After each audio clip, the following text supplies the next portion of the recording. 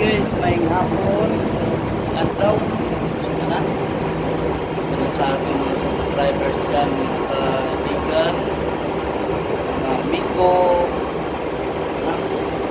hindi tayo tutorial ngayon. Natawag na bagong modelo sa cutting. Hindi naman bagong modelo, ito tagal na ito. Pag tinatawag na plasma, plasma. Made in China, Chinese.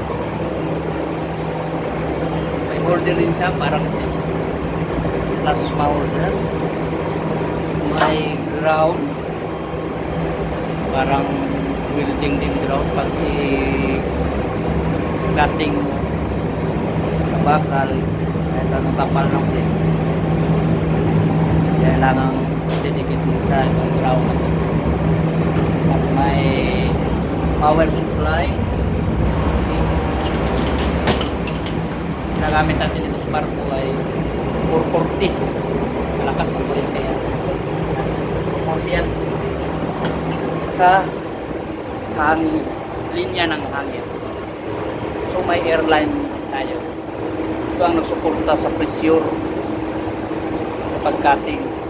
Kuryente at saka hangin lang ang nagdadala sa pagkakating ng plasma. Mamaya papakita ko sa pagkakating.